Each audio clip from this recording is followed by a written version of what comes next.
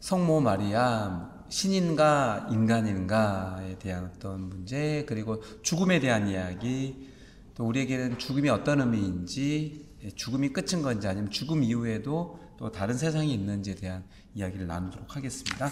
시작 기도는 성모송으로 하겠습니다. 교재 252쪽입니다. 교재 252페이지에 성모송 함께 하겠습니다. 성부와 성자와 성령의 이름으로 아멘.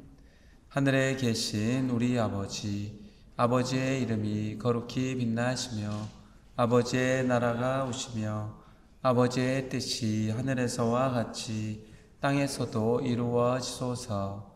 오늘 저희에게 일용할 양식을 주시고 저희에게 잘못한 일을 저희가 용서하오니 저희 죄를 용서하시고 저희를 유혹에 빠지지 않게 하시고 악에서 구하소서. 아멘. 성부와 성자와 성령의 이름으로 아멘. 네, 이제 오늘 끝나면 2번 정도 교리 남았는데, 이제 7성사라는 게 있는데요. 그 이제 7가지 성사를 2주에 걸쳐서 다 여러분께서 배우게 되시는데요. 시간이 많이 없고, 또 여러분과 대화를 나눌 시간이 전혀 없고, 혼자 이제 떠들다 보니까 좀 한계가 있는 것 같아서요. 다음 주에 일정이 어떠실지 좀 궁금하기는 한데요. 혹시 다음 주에 6시 반에 교리를 해도 될까요? 혹시 6시 반에 교리하면 좀 못 나오신 분 혹시 계실까요? 그럼 7시는 되시고요? 아예 못 나오신 거네요? 그럼 뭐 상관이 없으시고. 그 동영상을 계속 보셨나요? 그러시면 네, 나중에 제가 좀 질문할 것들이 좀 있어서요. 왜 제가 6시 반에 하자 그런 거냐면 다음 주는 좀 이야기를 나누어야 될 것 같아요. 6시 반에 교리를 하고 한 7시 반에 끝내고 우리 그 1층에 식당이 좀 마련되어 있어요. 거기서 좀 앉아서 간담회라고 그럴까요?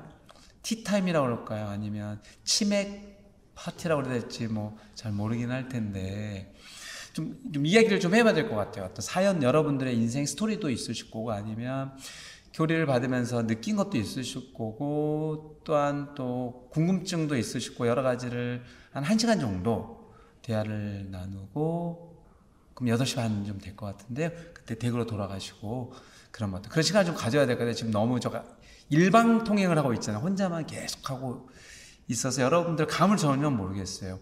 뭐 이해가 되시는 것인지 뭐 도움이 되시는 것인지 뭐 전혀 안 되는 건지 그냥 넌 혼자 알아서 잘 떠들어라 나는 알아서 그냥 안 들으련다 그런 건지 여러 가지 궁금한 게 너무 많아서 그때 하겠고 그럼 이제 3주 뒤는 또 제가 10분씩 또 면담을 해야 됩니다. 그래서 그런 일정도 조율해야 되기 때문에 그럼 다음 주는 6시 반에 만나기로 할게요. 그렇게 하겠습니다. 다음 6시 반은 합직입니까? 네. 그렇게 하고 6시 반까지 오시면 시간 또 맞추면 되죠. 네네네. 6시 반에 교리는 7시 반까지 들으시고 7시 반에 뭐 다른 약속이면 가시는 거고 이제 그 7시 반 이후는 의무사항은 아니고 이제 앉아서 이렇게 이제 일방통행이 아니라 쌍방으로 저희가 모여서 함께 이제 이야기를 나누자는 그런 이야기입니다. 굳이 나는 뭐 그 시간 필요 없고 또 다른 일정도 있다 그러시면 7시 반에 돌아가시면 되니까요. 그렇게 하겠습니다. 근데 성당을 잘 다니지 않는 사람들은 천주교는 마리아교다라는 그런 오해가 있습니다. 왜냐면 이제 저희 신자들이 볼 때 성당마다 좀 성모상이 마련되어 있고 우리 신자분들이 성모상을 보면 이렇게 인사를 하고 절을 하고 막 이러니까 예수님은 잘 안 보이잖아요. 마당에도 보통 성당 마당에 가면 다 성모상이 마련되어 있지 예수님 상이 마련된 데는 극히 드물다 보니까 겉에서 아무것도 모르는 사람이 볼 때는 천주교 신자들은 마리아를 믿나 보다 그렇게 이제 모습이 비춰지는 것이죠. 그래서 잘 모르는 어떤 개신교의 또 목사님들은요 심하게는 네, 천주교는 이단이다라는 이야기까지 서슴지 않고 합니다. 그 이유는 하느님을 믿는 것이 아니라 인간인 마리아를 믿는 종교이기 때문에 이단이다. 만약 그 목사님 말씀이 맞다면은 저희는 이단이 맞죠. 우리가 하느님을 믿지 않고 마리아를 하느님으로 생각하고 믿고 있다면 이단이 맞겠죠.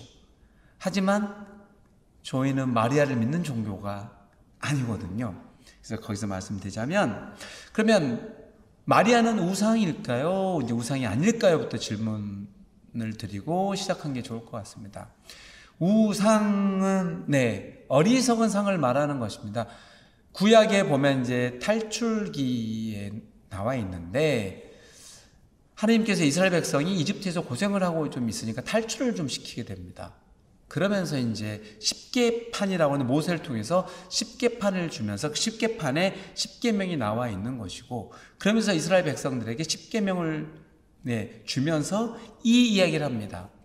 너희는 하늘에건 땅에건 아니면 바닷속이건 어디든 하느님을 본떠서 어떤 형상을 만들어서 숭배할 수 없다. 이런 어떤 규정을 하느님께서 이스라엘 백성에게 내리게 됩니다. 첫째 시간, 저희가 교리를 잘 생각해 보시면 첫째 시간에 제가 말씀드렸던 그 하느님에 대해서 이야기를 좀 했죠. 창조주 하느님, 그러면서 어떤 신학자 이야기를 했고, 나는 이런 신을 믿지 않는다라고 정확한 어떤 이야기도 좀 해드렸었고요. 그랬을 때 하느님은 눈에 보이지 않는다고 분명히 말씀드렸습니다.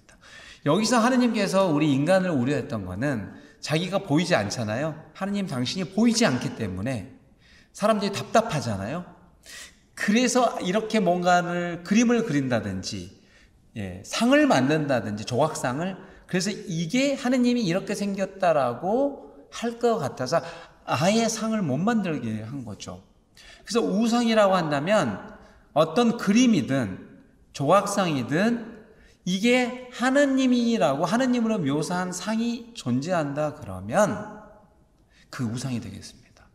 그러니까 세상에 존재하지 않는 것을 이걸 하느님이다. 예를 들면 어떤 게 우상이 되겠어요? 단군상이 만약에 있잖아요. 그러면 우상이 들어갈 수 있습니다. 왜 그럴까요? 단군 신화잖아요. 저희는 이제 단군이 한반도 고조선을 창조했다라고 이제 믿기 때문에 그렇게도 생각하는 것인데, 어쨌든 하느님과 동격의 능력을 지닌 어떤 사람을 그림으로 그려서 이게 단군이고, 여기에 빌게 되면 우리가 또 재앙을 피하게 되고 복을 얻게 된다. 중국에 가면 또 관우를 신으로 모신 어떤 재단들도 있잖아요. 예를 들면 거기 가서 절하고 기도하고 그렇게 된다면 이거는 이제 우상이 되는 것이죠. 하지만 성모 마리아는 인간이었고 사람의 모습을 하고 있었던 것입니다. 그래서 없었던 어떤 형상들을 지어내서 이게 하느님이니까 하느님과 동등한 능력을 갖고 있기 때문에 이를 믿고 따라라 그랬다면 성모 마리아는 우상이 되겠는데요. 저희 천주교 가톨릭은 그렇지 않는다는 것이죠. 똑같은 우리가 인간이었는데 좀 다른 인간이었습니다. 바로 예수 그리스도의 어머니였다라는 게 중요합니다. 그래서 인간들 중에서 가장 최고로 공경하는 대상이 성모 마리아가 되겠습니다. 저번 주에 승현님께서 흠숭이 뭐냐고 질문을 했는데요. 흠숭이라는 뜻은 하느님에게만 허용되는 단어라고 했습니다. 최고로 우리가 경의를 표해야 되는 그 존재, 우리 천주교에서는 하느님께만 유보된 특별한 어떤 존경심을 표하는, 공경심을 표하는 행위를 흠숭하다 이렇게 표현합니다. 하느님에게만 쓸 수 있는 표현인데, 만약에 그러니까 반대로 이야기한다면 나는 성모님을 흠숭한다 그러면 안 되는 표현이죠. 성모님은 신이 아니기 때문에, 하느님이 아니기 때문에 성모님께는 흠숭하다는 표현을 쓸 수 없고 하느님께만 흠숭하다는 표현을 쓸 수 있습니다. 그래서 천주교에서는 하느님께 드리는 우리 인간으로서의 예의를 흠숭지례라고 부릅니다. 한편 이 성인들이 있잖아요. 인간 중에서도 정말 탁월한 믿음을 가졌고 하느님의 뜻대로 살아가고 예수님께서 계명을 주신 하나님 사랑과 이웃 사랑의 두 계명을 착실하게 수행하신 분들, 그분들을 저희는 성인으로 추대해서 모시고 있습니다. 그분들 또한 저희가 공경하고 있습니다. 사람들 믿은 그 신앙인 중에 평범한 사람이 아니었고 특출난 사람이었고 믿음의 모범이 되는 사람들이었다. 그래서 성인으로 추대하고 있는데요. 그분들에 대한 예의를 갖출 때 저희는 공경지대라고 합니다. 성인을 우리는 어떻게 한다고요? 공경한다는 겁니다. 성모 마리아도 성인일 뿐입니다. 그래서 저희가 세례명을 받을 때 마리아로 받는 거잖아요. 마리아를 할 수 있다는 것은 성인 중에 한 분이기 때문입니다. 하지만 마리아가 교회에서 차지하는 위치는 탁월하기 때문에 그 성인들 중에서 최고봉입니다. 으뜸입니다. 으뜸. 그래서 성모님께 바치는 예의를 저희는 공경지를 넘어서 가장 최고의 예의를 들어서 공경해야 된다. 그래서 상경지례라는 표현을 씁니다. 그래서 하느님께는 흠숭지례, 성모 마리아께는 상경지례, 그리고 일반 우리 성인들에게는 공경지례라는 표현을 쓰고 있습니다. 이렇게 성모 마리아는 하느님이 아니라는 사실을 여러분께 먼저 밝혀드립니다. 성모님께서는 이 성경에 이제 등장하는데요. 처음에 등장하는 장면이 바로 성령으로 인하여 예수님을 잉태하는 사건이 성경에 등장합니다. 가브리엘 천사라는 이제 대천사가 셋이 있는데요. 미카엘, 가브리엘, 라파엘, 이 대천사 3명이 있는데 가브리엘 천사는 하느님의 뜻을 인간에게 전해주는 역할, 전달자 역할, 메신저였습니다.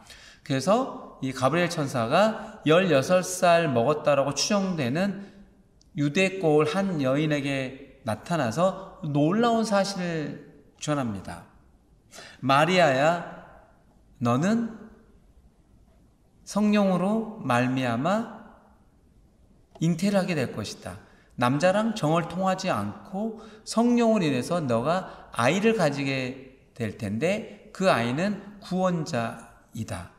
이렇게 이야기를 합니다. 자, 뜬금없이 천사가 나타나서 나에게 이 놀라운 사실을 이야기했을 때 보통 사람 같으면 어떻겠어요? 자기를 때리겠죠. 탁 때리면서 이게 일단 꿈인지 아닌지를 확인해야 되는 거잖아요. 일단은 보니까 꿈이 아니었고 실화였습니다.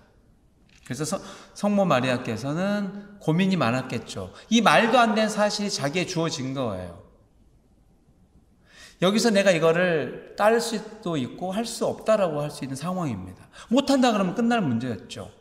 근데 고민 끝에 성모 마리아는 지금 저는 당신의 종입니다. 종. 성서는 여종이라고 표현합니다. 나는 당신의 여종입니다. 지금 당신께서 하신 말씀이 저에게 이루어지기를 빕니다라고 이야기를 합니다. 그러니까 이제 고민을 하다가 결국 그 놀라운 하느님의 뜻을 수용하겠다라고 선언한 것입니다. 그래서 어떻게 됐겠어요? 그 순간 예수님이 성모님의 뱃속에 잉태하게 되었다라는 것입니다. 이게 놀라운 사건인데요. 이걸 우리는 이제 수태고지라고 합니다. 성모님께서 가브리엘 천사의 고지문이죠. 하느님의 전가를 그대로 받아서 임신을 하게 되었다. 이 사건을 저희는 성모 마리아의 수태고지라고 일컫습니다. 그래서 이 마리아가 이 놀라운 16살밖에 되지 않는 여인이 어떻게 이런 놀라운 사건을 접하면서 수용하게 되었을까라고 곰곰이 생각해 보니 믿음이 보통이 아니었을 거라는 것 저희는 추정합니다. 어마어마한 믿음을 가지고 있었고 하나님의 뜻대로 처음부터 살려고 작정하고 있었기 때문에 이런 일이 벌어질 때 이미 어떻게 한 거예요? 수용이 가능했다는 것이죠. 평상시에 준비가 전혀 안 된 사람이었다면, 준비를 하지 않았고 이런 생각을 결코 해본 적이 없는 사람이라면 여기에서 저는 못합니다. 말도 안 됩니다. 어떻게 저에게 이런 일이 벌어집니까? 거부를 했겠죠. 근데 거부한 게 아니라 그 놀라운 사건을 자기가 품어 안습니다. 그래서 예수님께서 이 지상으로 내려올 수 있었다는 것이죠.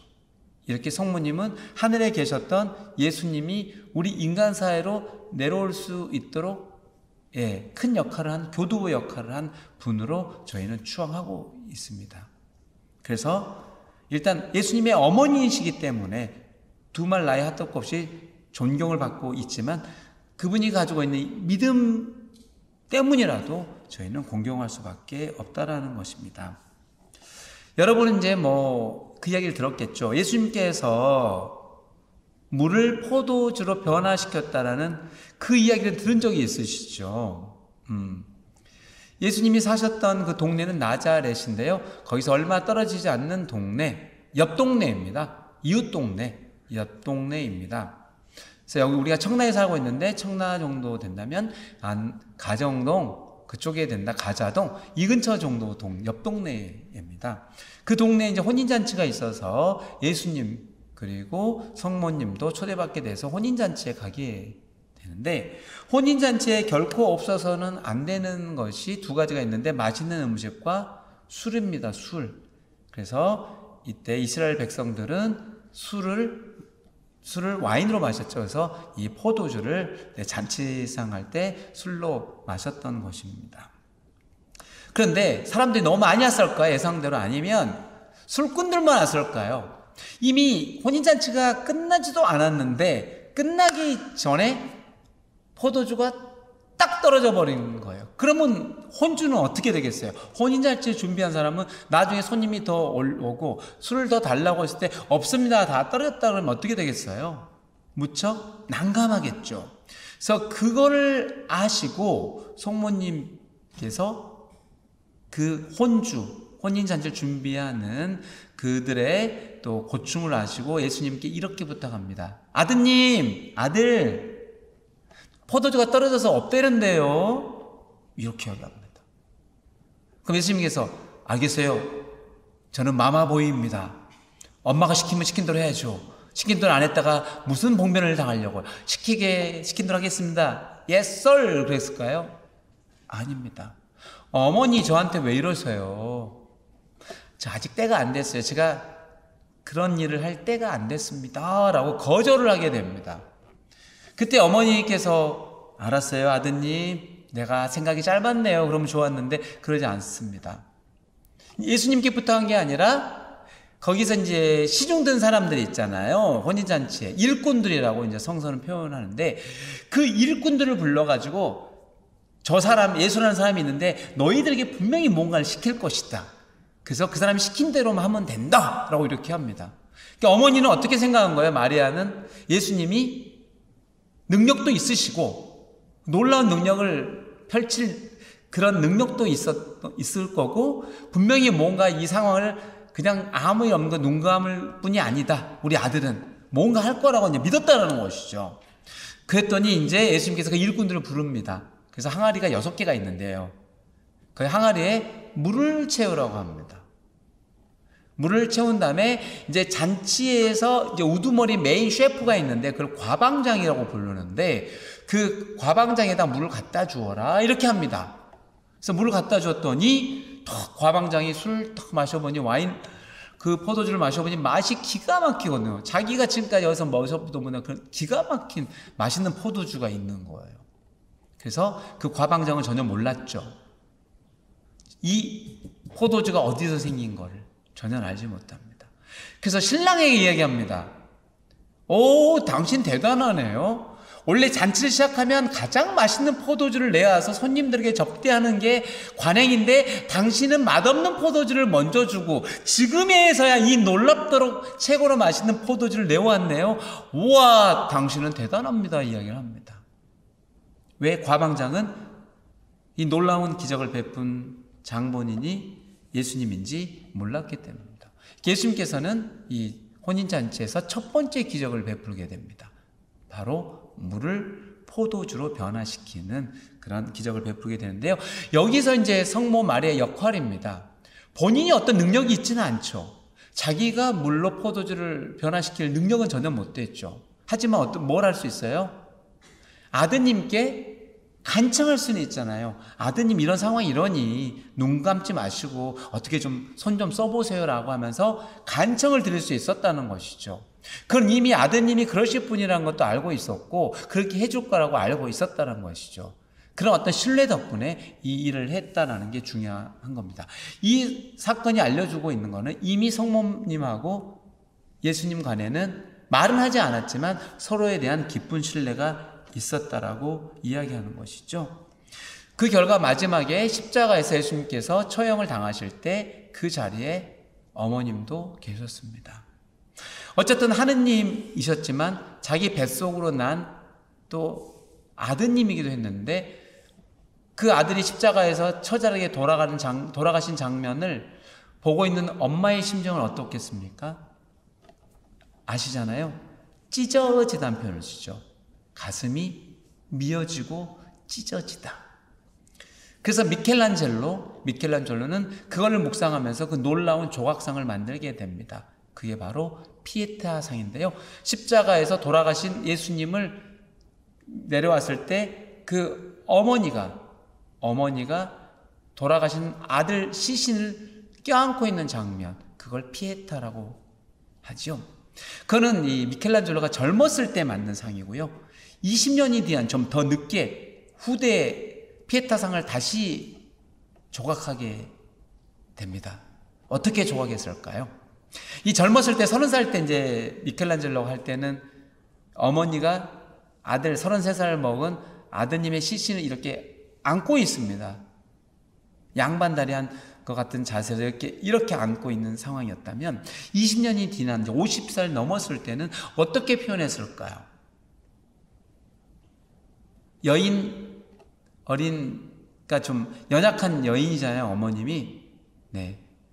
그래서 어떻게 했냐면 이렇게 아드님 시신을 이렇게 해서 이렇게 들고 이런 식으로 해요. 이렇게 됐다면 이런 식으로 안을 수가 없었다는 거죠. 그 여인이 그런 건장한 체격의 남자 시신을 이렇게 안기는 어려웠다. 자기는 젊어서 생각이니까 미처 놓쳤던 거죠. 나이가 먹어서 보니 그랬겠다. 그러면서 그때는 이미 이제 막 이렇게 거의 시신을 들 수가 없고 간신히 들어 올려서 이런 장면입니다. 나중에 조각을 하게 되죠. 그게 이제 피에타 상입니다. 이렇게 성모님께서는 예수님이 태어나기 전부터 돌아가시는 순간까지 함께 했다는 게 중요합니다. 그렇죠?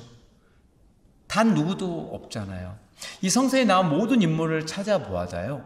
예수님께서 태어나시기 전, 태어난 순간, 그리고 돌아가신 그 순간 안에서 함께한 사람은 아무도 없지요. 오로지 한 분, 성모님이라는 것입니다.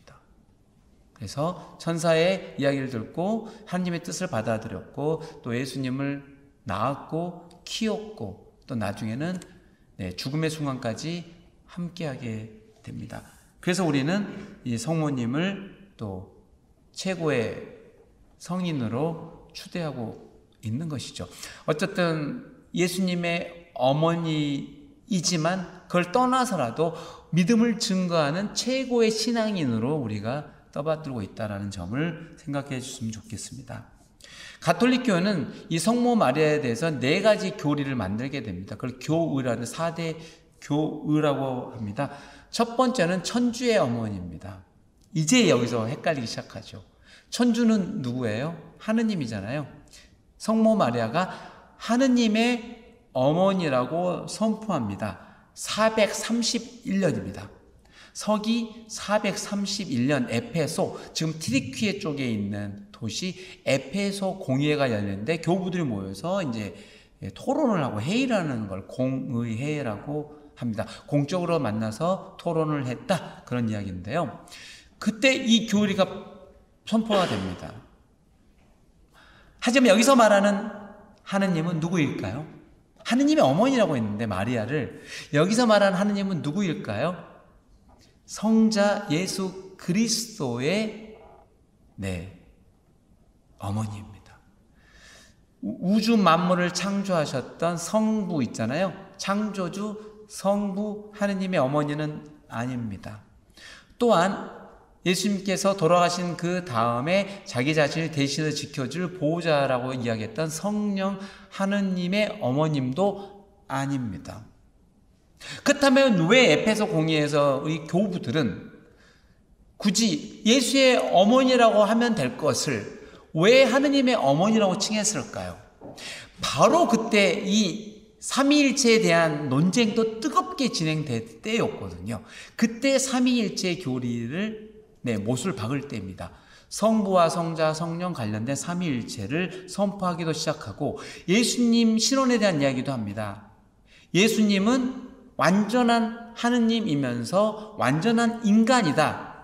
반신 반인이 아니다. 반만 하느님이고 반만 인간인 걸 붙여놓은 거다. 그럼 다 이단입니다. 그래서 이때 반포했던 것은 예수님은 완전한 100% 하느님이면서 완전히 또 100% 인간이다라는 것을 선포하게 됩니다. 그 외의 것을 사람들에게 이해하게 하는 것은 다 이단으로 간주한다고 하게 되죠.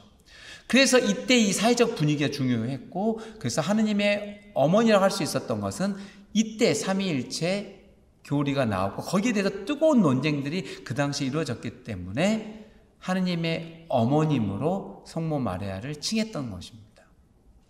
다시 정리를 하자면 창조준 성부 하느님의 어머님도 아니고 파라클리토 성령의 세 번째 위격이신 성령 하느님의 어머님도 아니고 제 이격인 성자 예수 그리스도 하느님의 어머니라는 사실입니다. 하지만 우리가 그냥 통쳐서 하느님의 어머니라고 부르는 것은 성부 하느님, 성자 하느님, 성령 하느님, 이분들이 삼위일체 안에서 각 한 분 하느님이시기 때문에 하느님의 어머니라고 칭해도 별 문제가 되지 않는다. 이렇게 이야기한 것입니다. 이게 첫 번째 교리입니다. 성모 마리아는 하느님의 어머니다. 근데 여러분들 헷갈리니까 그냥 어떻게 해야 되면 돼요? 두 번째 인격인 예수 그리스도 하느님의 어머니입니다. 이렇게 기억하시면 아주 편하시겠죠. 두 번째 성모님은 평생 동정이었다라고 선포하게 됩니다. 왜 동정이고 아니고가 왜 중요했을까요? 왜 동정이고 아니고가? 개신교 신자들은 성모님은 예수님 낳을 때까지만 동정이었고 예수님 이후에 여러 형제들이 많고 누나들도 동생들이죠. 여동생들이 있었기 때문에 평생 동정은 아니다. 예수님을 낳을 때까지만 동정을 지켰고 예수님을 낳은 이후에는 성 요셉 성인과 성관계를 가져서 다른 애들도 낳았기 때문에 평생 동정은 아니고 일시적인 동정이었다라고 주장합니다. 하지만 천주교는 그렇지 않습니다. 성경에서 이야기하는 예수님의 형제 누이라는 것은 사촌간, 육촌간, 팔촌간 이런 어떤 친족 거기 동네에 있는 그 일가라고 하죠. 친척들의 형제 자매를 이야기하는 것이지 성모님과 요셉 성인에서 낳은 자녀가 아니다. 가톨릭이 이렇게 주장하면서 성서 해석에 대한 차이도 보이게 됩니다. 성모님께서는 처음부터 본인이 동정을 지키고 하고 싶어 했다라는 것이 천주교의 입장입니다. 그 원의가 들어졌고 본인이 원한 대로 하느님께서 그 뜻을 이루어졌기 때문에 평생 동정을 간직할 수 있었다. 이게 우리 천주교의 주장이 되겠습니다. 세 번째, 성모님께서는 원죄 없이 예수님을 잉태했다는 사실입니다. 세 번째 교리는. 이 원죄 이씨, 원죄가 있는 상태에서 잉태를 하던 예수님을 원죄가 없이 잉태하던 뭔 상관이에요? 그냥 잉태해서 낳기만 하면 끝날 텐데요. 하지만 중요합니다. 원죄라는 것은 인간의 하느님께 창조했을 때 첫 인간 아담이죠. 그 다음에 그 여인이었던 하와. 아담과 하와가 선악과를 따먹게 되면서 원죄가 이 세상에 들어왔다는 것입니다. 인간의 죄가 이 세상으로 들어왔다는 것입니다. 만약에 아담과 하와가 선악과를 따먹지 않았다면 이 세상에 죽음은 없다고 봅니다. 그래서 이 천주교 교리는 이 죄의 출현으로 인해서 죄가 이 세상에 들어오면서 죽음도 생겼다라고 같은 꼴로 보는 것입니다. 그래서 이 원죄가 중요한 것이고 원죄가 있는 상태에서 예수님이 세상에 태어나게 된다. 그러면 예수님은 어떻게 돼요? 원죄를 입은 상태에 태어나기 때문에 예수님의 속성하고 안 맞습니다. 예수님은 죄가 단 1도 없습니다. 티 없는 분이십니다. 왜요? 하느님이시기 때문에 하느님인 분이 죄가 있을 수는 절대 없죠. 그렇잖아요.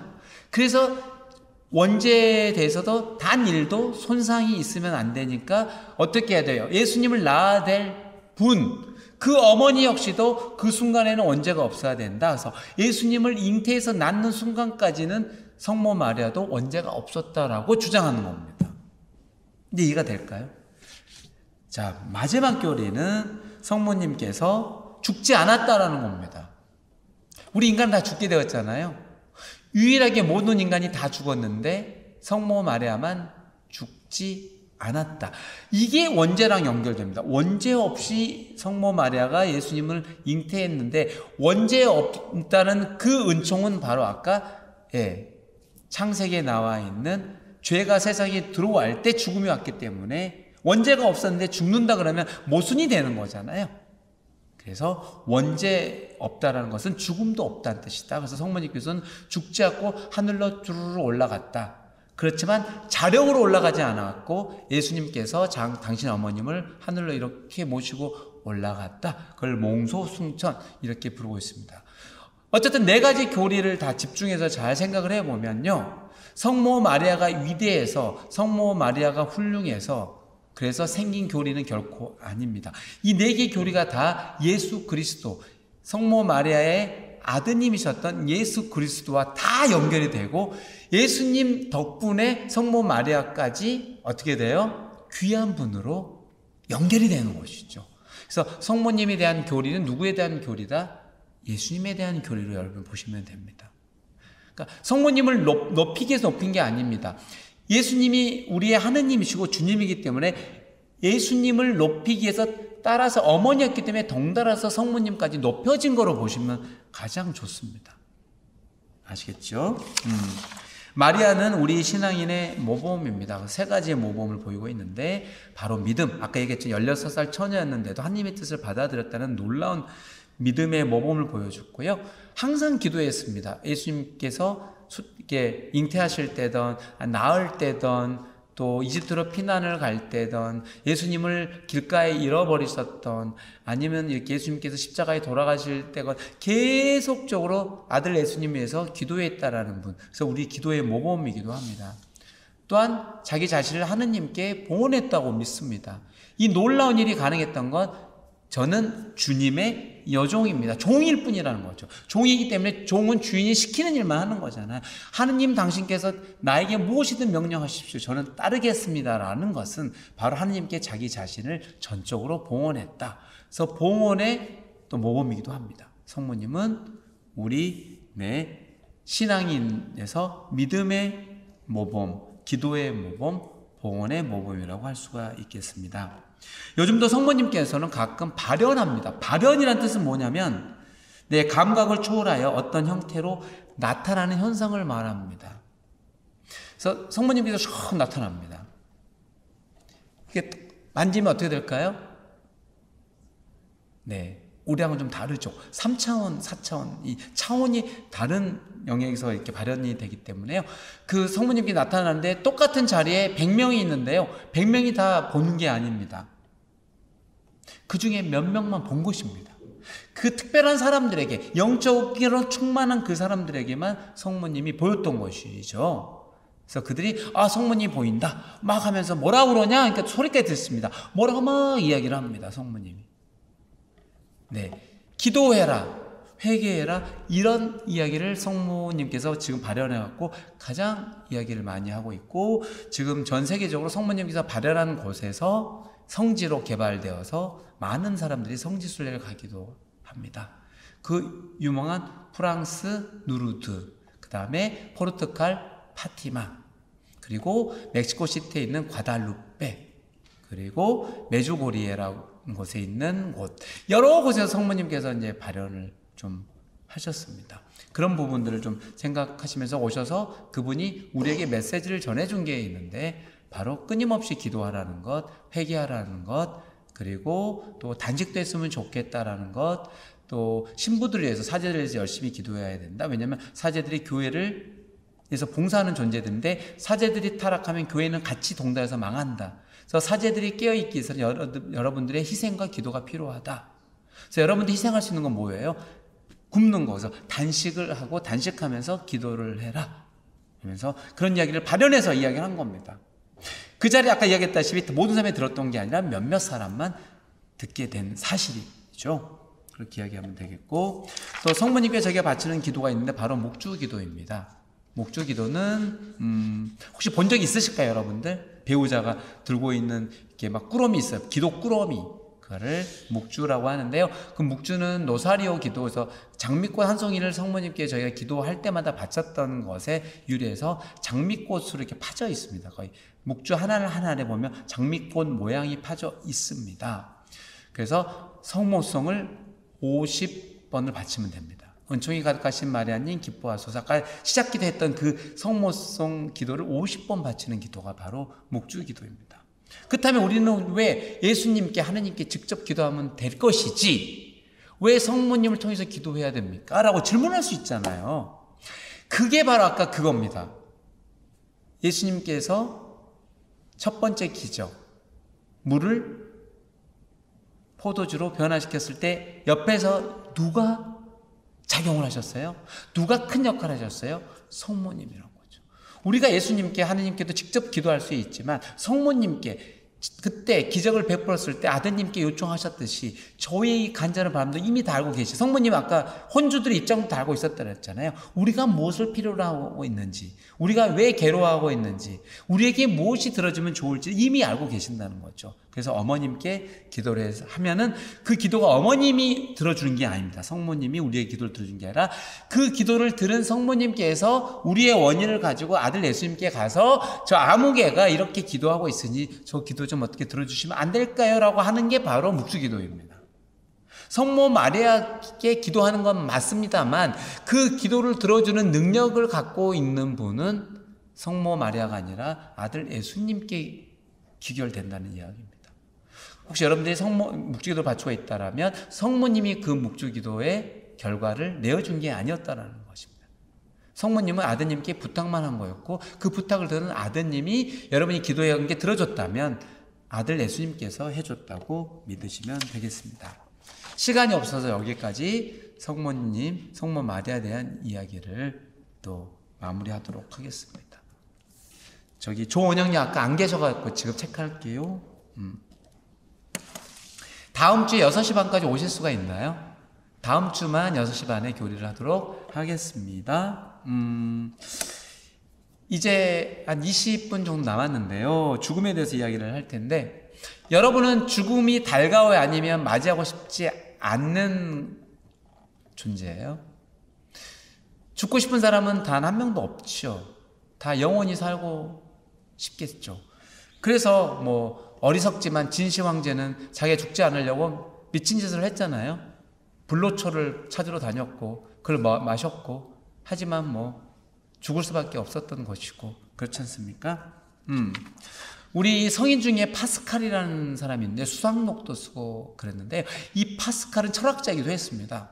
이 파스칼이 놀라운 이야기를 하게 되는데 도박 이론이라는 게 있습니다. 자, 여러분께 묻겠습니다. 도박을 해보세요. 자, 먼저 마음속에 하느님이 있다에 겁니다. 나는 하느님이 있다라고 도박을 걸었습니다. 자, 다른 사람은 에이 무슨 하느님이 있어, 없지, 바보 멍청이, 눈에 보이지도 않고 어디 있어, 없잖아. 거짓말이야. 새빨간 거짓말이야. 하느님은 없다라는데 도박을 걸었던 두 사람이 있다고 봅시다. 하느님이 있다라고 도박을 건 사람은 하느님이 계시기 때문에 죽어서도 하느님께 내가 심판을 받아야 되니까 정말 착하게 열심히 살았습니다. 그런데요, 죽어보니 하느님이 없습니다. 그럼 그 사람은 어떻게 된 거예요? 손해본 것이죠. 자, 예를 들면요, 손해본 거라고 칠게요. 자, 두 번째 사람입니다. 두 번째 사람은 하느님이 없다고 생각하기 때문에 죽으면 끝이라고 생각하고 자기 멋대로 흥청망청 하고 싶은 건 나쁜 짓, 좋은 짓 구별하지 않고 다 하고 쾌락을 즐기고 살았습니다. 그런데 죽어보니 다행히 하느님이 안 계셨습니다. 그럼 어떻게 돼요? 그걸로 끝이죠. 하지만 반대의 상황을 보겠습니다. 반대 상황이요. 자, 어쨌든 A라는 사람이 하느님이 계시다고 열심히 선하게 살았다는 점입니다. 죽었는데 하느님이 안 계시다고 그래봐야 자기는 손해본 건 없죠. 뭐 즐길 수 있었는데 즐기지 못한 것 빼놓고는 손해볼 건 없죠.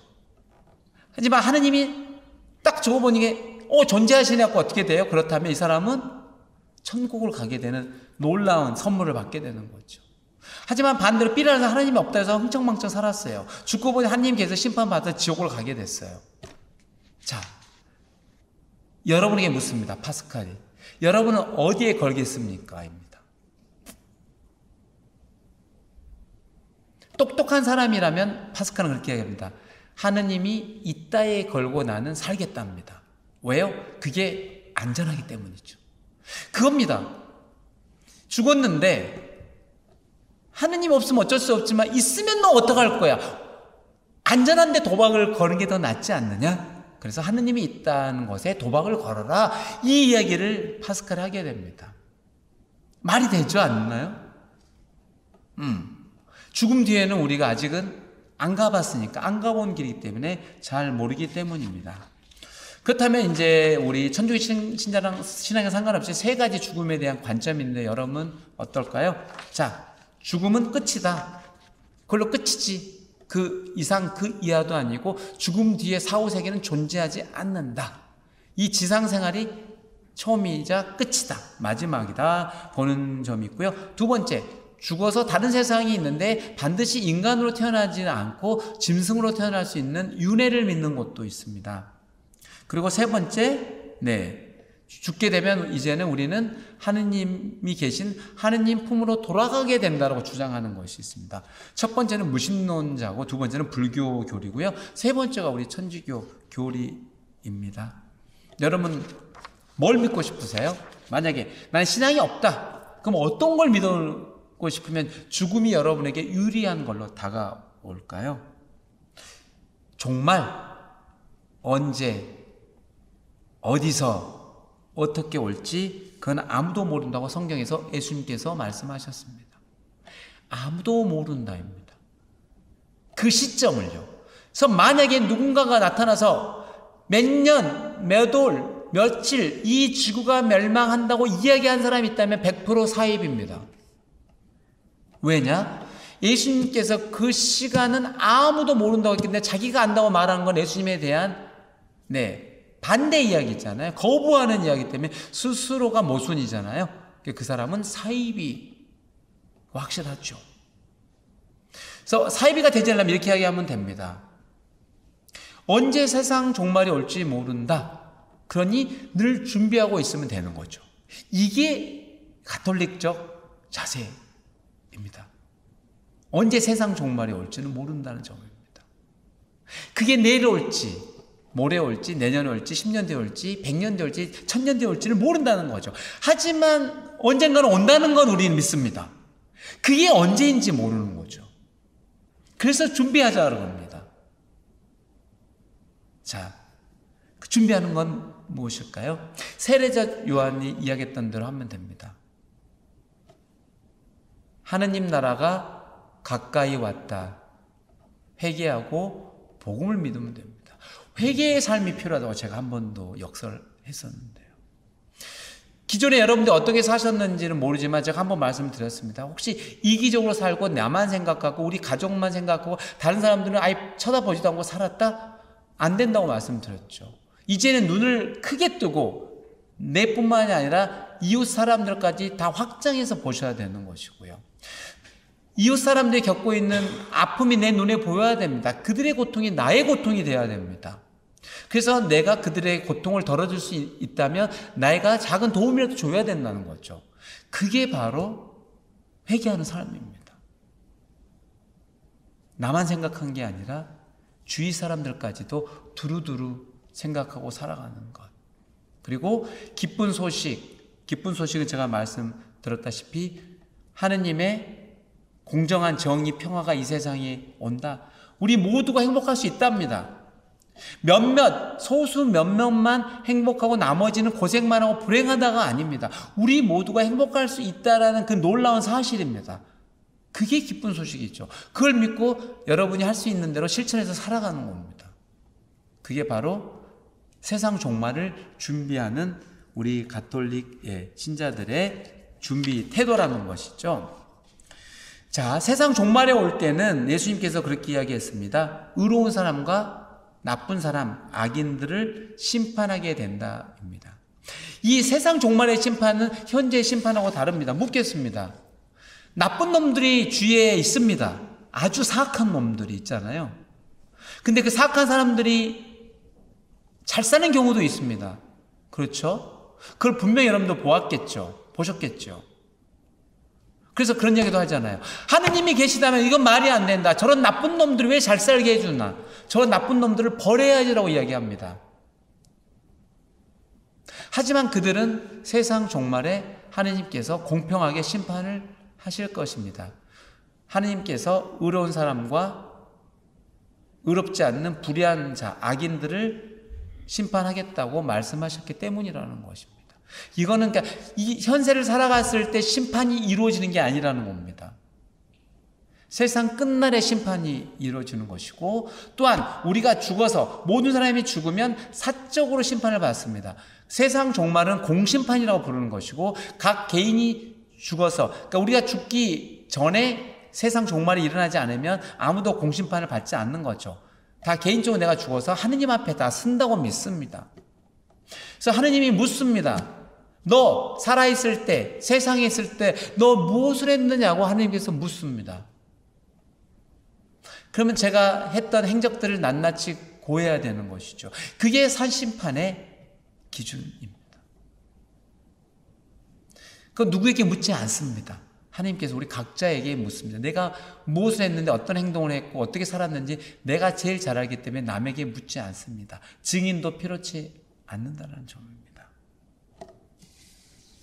어쨌든 사심판은 세 가지 기준들을 또 가지면 좋겠다라고 하지만 우리는 믿음이 중요하다고 보습니다. 믿음이라는 것은 마음을 열고 받아들이면 되는 건데요. 예수님을 믿는 거죠. 하느님 살아계시다고 믿는 것이고, 그래서 하느님이 살아계시다고 믿기 때문에 우리가 살아가는 이 세상도 나쁘게 악한 행동을 할 수가 없는 것이죠. 의미 있는 삶, 가치 있는 삶, 남에게 도움이 되는 삶, 내가 양보도 하고 희생이 되더라도 그걸 통해서 남들이 행복하고 편할 수 있다면 그 길을 나는 간다는 것이죠. 그게 바로 믿음인 거잖아요. 믿음을 가진 자의 삶이 이렇게 드러나는 거죠. 그 사람은 죽어서 하느님을 만날 거라는 확신이 있기 때문입니다. 그렇다면 어떤 사람은 묻습니다. 지옥은 왜 있는 거죠? 아니, 하느님이 사랑이시다며요. 사랑이 많고 용서도 잘하신다며요. 자비도 넘치고 인자하시다며요. 그런 너그러우신 분이 지옥은 왜 만들어 놓은 거예요? 째째한 분은 아닐까요? 어떻게 생각하세요? 지옥은 왜 있는 것일까요? 지옥은 우리는 그렇게 믿습니다. 천주교 신자들은 지옥은 하느님이 보내는 게 아니라고 믿습니다. 자기 스스로가 지옥으로 간다고 믿습니다. 왜냐하면 나는 하느님이 필요 없다. 나는 하느님이 없다고 생각한다. 죽어서도요. 필요 없답니다. 그래서 스스로가 하느님을 거역하고 거슬리고 부정하다 보니 스스로 지옥으로 갈 수밖에 없게 된답니다. 하느님이 보내신 게 아닙니다. 지옥으로. 자기 스스로가 제 발로 지옥으로 들어간다는 것입니다. 그 지옥은 어디냐면 고통스러운 곳인데, 왜 고통스럽냐면 육체적 고통, 여기를 살을 갉아먹고 그런 고문을 당해서 고통스러운 게 아니라 그 사랑 자체이신 하느님과 함께 지낼 수 없는 곳에 있기 때문에 가장 고통스럽다는 것입니다. 그게 바로 지옥입니다. 반대로 이야기한다면, 여러분이 이 세상을 살고 있다면 이 세상의 지옥은 뭐겠어요? 하느님의 사랑을 전혀 느끼지 못하는 사람, 그 사람이 지옥을 살고 있는 것입니다. 그러니까 지옥은 죽어서 있는 것도 아니고 이 세상을 살면서 지옥은 존재하는 것이죠. 내가 하느님의 사랑을 전혀 느낄 수 없다면, 필요 없다라고 생각한다면, 그리고 내 마음대로 나쁜 짓 마음대로 양심의 가치가 없이 막히고 살아간다면 그 사람이 바로 지옥의 삶을 살고 있다는 것이죠. 연옥은 이렇습니다. 천주교 교리입니다. 우리가 완벽하지 못하잖아요. 아무리 열심히 살고 잘 살고 찰떡하게 살려고 노력을 했었잖아요. 하지만 우리의 연약함, 나약함, 부족함으로 인해서 잘못도 하잖아요. 잘못했기 때문에 고해성사를 보고 고해성사를 통해서 용서를 받지만 또 잠벌이라고 해서 거기에 따른 흉터들은 남게 되는데 거기를 기어 갚아야 되는 곳, 그 장소가 바로 연옥입니다. 그래서 연옥에서 조금 더 단련을 하고 또 수련을 한 다음에 바로 천국으로 장소 이동을 하게 된다는 것입니다. 그렇게 천주교회는 연옥을 믿고 있고요. 개신교는 연옥이 없습니다. 천국과 지옥만 존재한다고 합니다. 그래서 제가 아는 목사님이 너무 끔찍하다고, 거기는 천국 지옥이 딱 정해져 있습니다. 하느님을 믿으면 천국, 안 믿으면 지옥입니다. 다른 말로 하겠습니다. 개신교에서 세례를 받으면 천당 가고요, 세례를 받지 않으면 지옥 갑니다. 개신교에서 세례를 받았는 사람을 죽여도 천국 갑니다. 착하게 살았는데 개신교에서 세례를 받지 않으면 지옥 갑니다. 하느님을 믿지 않았기 때문입니다. 그게 여러분이 더 합리적인 것 같아요? 아니면 우리처럼 어떤 게 더 합리적일까요? 모르겠습니다만. 그래서 어떤 제 친구 목사님이 그런 이야기 하더라고요. 자기가 장례식을 가야 되는데 아주 열심히 한 이제 집사님의 어머니였대요.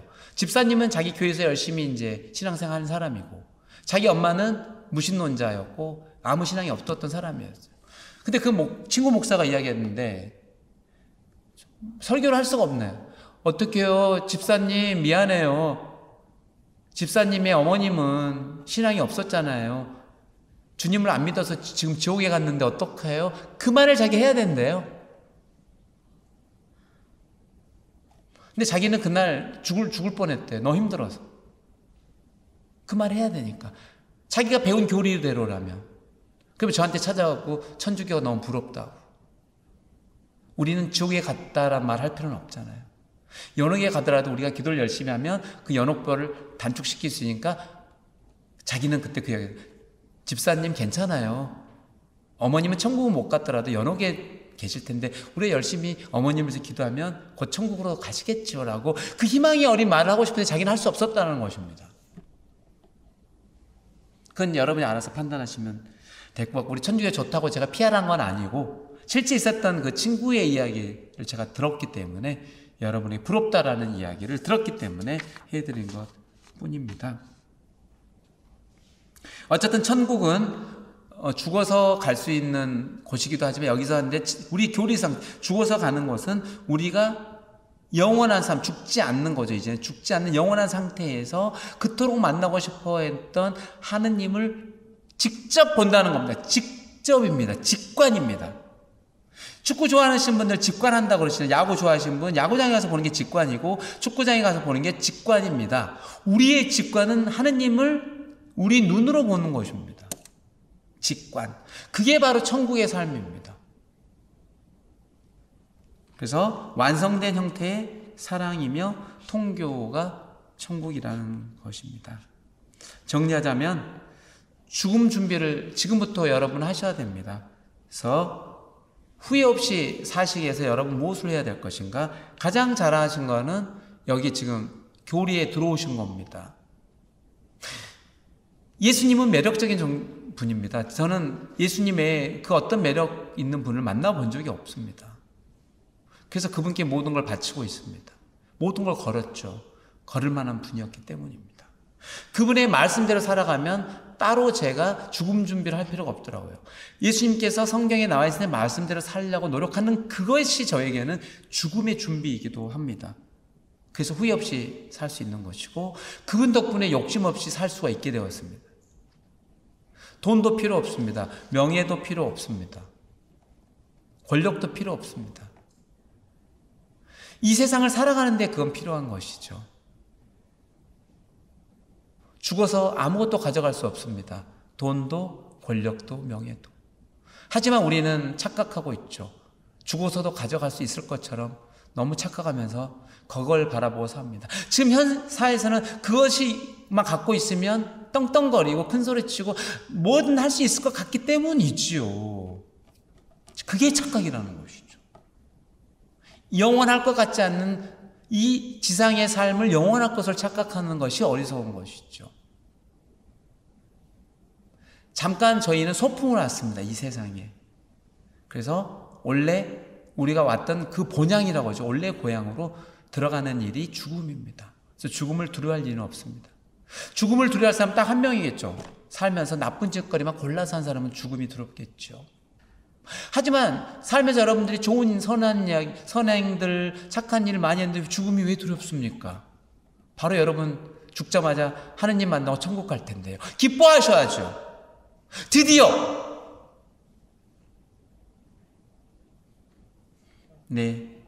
후회 없이 사는 방법은 예수님을 따르는 것이고, 예수님 따르다 보면 욕심도 없어지고요, 마음도 비우게 되고 세상 어느 것에도 집착하지 않을 것입니다.